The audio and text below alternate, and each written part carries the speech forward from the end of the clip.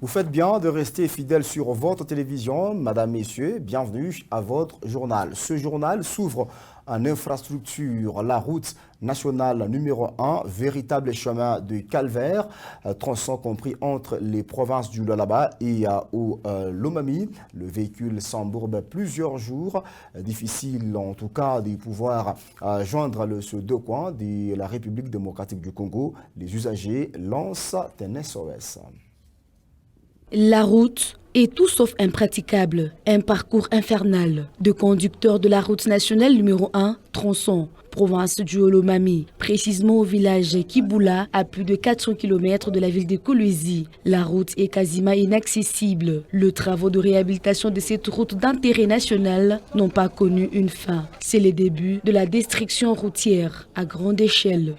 Il dit, nous sommes dans le Olomami, la route est impraticable. Même avec le petit véhicule, c'est difficile de passer. Que dire de nous qui ont de gros camions? Ces usagers appellent le chef de l'État à plus de suivi de travaux des infrastructures routières. Cette route va au Kasaï. Nous demandons au président de la République de faire le suivi auprès de personnes qui sont habilitées à réhabiliter cette route. Ils bouffent l'argent et nous, la population, nous souffrons. Relié Kolwezi à Kamina, le gros camion passe plus de 10 jours pour arriver à la destination. Direction la carrière Mushima où le creuseur artisanaux appelle à l'intervention des autorités compétentes. Ce creuseur se dit être victime d'une tracasserie orchestrée par des tierces personnes se réclamant de la famille présidentielle. À en croire ces exploitants artisanaux, depuis le début de l'an 2022 que ces derniers ne parviennent plus à exercer leurs activités minières dans la carrière Mushima suite à plusieurs facteurs. Depuis 2020, à 2022, on a soi-disant famille présidentielle. Depuis 2020, après que nous avons fait la découverture dans notre carrière, il y a deux personnes qui sont venues se présenter. L'un c'est Madame Kapinga Esther et l'autre c'est M. Chris Ngandou qui se font passer pour membres de la famille présidentielle en connivence avec l'armée qui ont chassé tous les creuseurs qui travaillent dans notre carrière.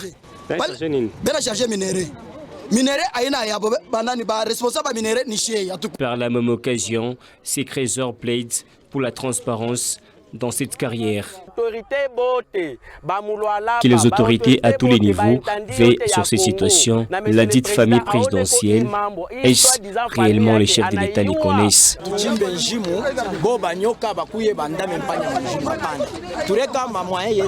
On ne peut pas faire la découverture pour que certaines personnes en jouissent, que les chefs de l'État puissent s'impliquer dans ces dossiers. La carrière Mushima est située dans les groupements Mushima. Depuis sa création, ce site est toujours objet de polémiques et conflits entre creuseurs artisanaux et tierces personnes. Madame, Monsieur, direction 30 km de la ville de Kolwezi. Nous sommes au village d'Yanda, dans le secteur des Lulou. La population de ce coin de la province se dit être abandonnée malgré les entreprises minières qui l'entourent. Pas d'infrastructures viables, pas d'hôpitaux, pas de points d'approvisionnement en eau potable. Ben Mouland. La population du village d'Yanda vit de la pêche, de l'agriculture et de l'élevage des petits bétails. On y retrouve notamment des arbres fruitiers à l'instar des manguiers, des avocatiers. Pour accéder au village d'Yanda, il n'existe qu'une seule voie tracée par les entreprises Somidez et Momi pour faciliter l'évacuation rapide de leurs produits miniers. Les transports en vogue dans ces villages demeurent les taxis-motos. À Yanda, l'eau est un casse-tête.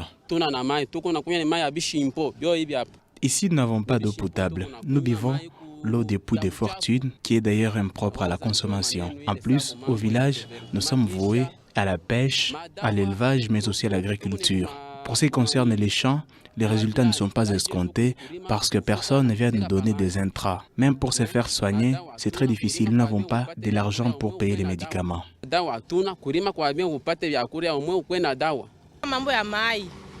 Nous buvons l'eau de la rivière Kando, dont la source provient de Moumi, et s'y déverse sur Kando. avec toutes les saletés.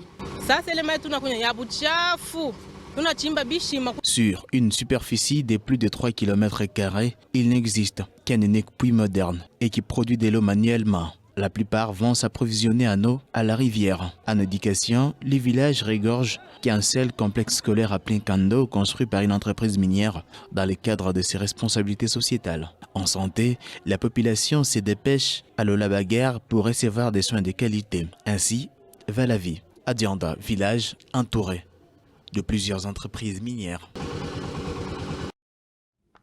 Et du village Dianda, on parle cette fois-ci de la Journée internationale du travail qui est célébrée chaque 1er mai de l'année. À l'occasion de cette célébration, une manifestation commémorative a été organisée par le gouvernement de la province du Lualaba dimanche dernier dans la salle Naz. Cette manifestation a connu la participation des membres du gouvernement provincial, mais aussi les membres des différents intersyndicaux.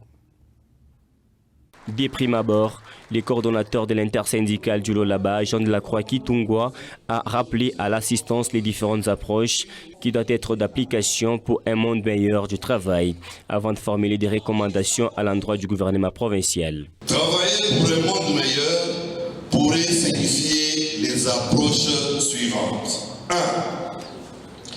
C'est le respect de toute la législation en matière de travail dans tout son contenu. La directrice provinciale de la fonction publique, travail et suivi du programme de réinsertion des enfants, Marie-Louise Mafomusenga, a relevé les conditions d'un travail décent selon l'esprit pur de l'Organisation internationale du travail. En effet, le monde du travail en général, et plus particulièrement celui de la province du Lualaba, pose encore un grand nombre de problèmes, et ce, dans tous les secteurs. À titre exemplatif, l'année 2021 a été marquée par des mouvements de grève quasiment généralisés dans presque toutes les entreprises minières. Les ministres provinciaux de la Santé représentant les vice-gouverneurs du Lualaba a rassuré l'intersyndicale que leur cahier des charges sera suivi à la loupe. Le gouvernement provincial veut une collaboration franche avec les services techniques, même faire un plaidoyer au niveau des autorités nationales pour que les agents non mécanisés le soient dans le meilleur délai. Jules Kabouit a souligné que les antivaleurs souvent constatées dans le monde du travail sont à bannir afin de créer un environnement comestible pour chaque travailleur. Madame, Messieurs, on parle cette fois-ci de la conférence sur la cohabitation pacifique entre les communautés vivant dans le Grand Katanga, notamment les communautés kassayennes ainsi que katangaises. Ces assises ont été clôturées le samedi dernier. Plusieurs recommandations ont été formulées.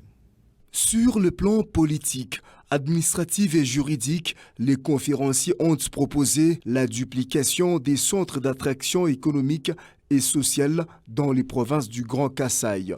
La création des marchés transfrontaliers dans les Grands Kasaï à la frontière avec l'Angola, à l'instar des Kasumbalesa avec la Zambie. Faciliter l'accès au marché du diamant. Interdire tout transport des personnes par train ou camion de marchandises. Instaurer le système des feuilles de route pour identifier ou encadrer les personnes qui se déplacent d'une province à l'autre. Créer un centre de concertation permanent entre les espaces Grand Katanga et Grand Kasaï sur les questions de gestion de leurs provinces respectives. Sur le plan sécuritaire, promouvoir la politique de l'emploi tout en encourageant l'investissement étranger et local dans les provinces. Financer la construction des infrastructures en général ferroviaires, routières, scolaires ainsi qu'universitaires. Réorganiser le service des cadastres miniers en réattribuant les zones d'exploitation dans les provinces et faire respecter la loi. Augmenter les effectifs de la police nationale, assurer sa formation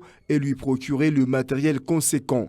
Contrôler la circulation d'armes qui se trouvent entre les mains inexpertes. Sur le plan socio-culturel, organiser et intensifier la sensibilisation de manière à promouvoir le civisme en ciblant les groupes spécifiques à travers les canaux de communication existants, radio, télévision, internet, ainsi que réseaux sociaux. Sur le plan économique, les conférenciers ont proposé de trouver à multiplier les unités de production dans les Grands Kasaï, créer des mini-barrages électriques dans l'ensemble de l'espace Grand Kasaï, assurer l'exploitation des sous-sols pour une exploitation ignorée de minerais, financer la construction, la réhabilitation et l'entretien des routes des dessertes agricoles et des routes interprovinciales.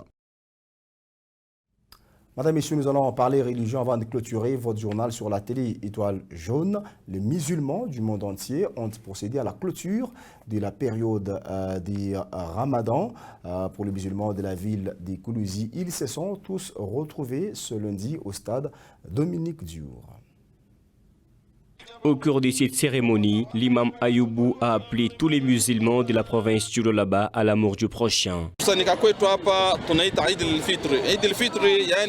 Cette journée marque la fin du Ramadan, une période que nous avons traversée pendant plus d'un mois. Et à l'heure actuelle, tous les musulmans peuvent commencer à manger normalement. Parce que d'habitude, chaque personne était en train de manger seulement dans les heures tardives afin de respecter la coutume.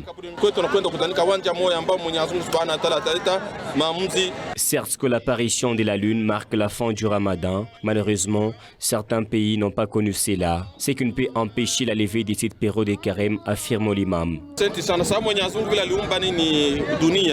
Certes que dans certains pays, la lune n'a pas apparu. Mais nul n'est sans ignorer que Dieu a créé la terre sous forme d'un ballon. Chaque pays a son jour. S'il y a certains pays où les musulmans n'ont pas vu la lune, même une journée après, ou soit même à la veille, la lune va devoir apparaître. Mais cela ne peut pas enfreindre la célébration du mois de Ramadan.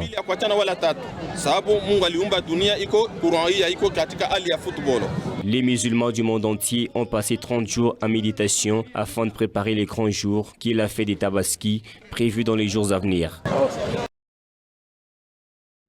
Madame, Messieurs, c'est la fin de votre journal. Merci à vous de nous avoir suivis. On se fixe au rendez-vous très prochainement avec le même plaisir de vous informer.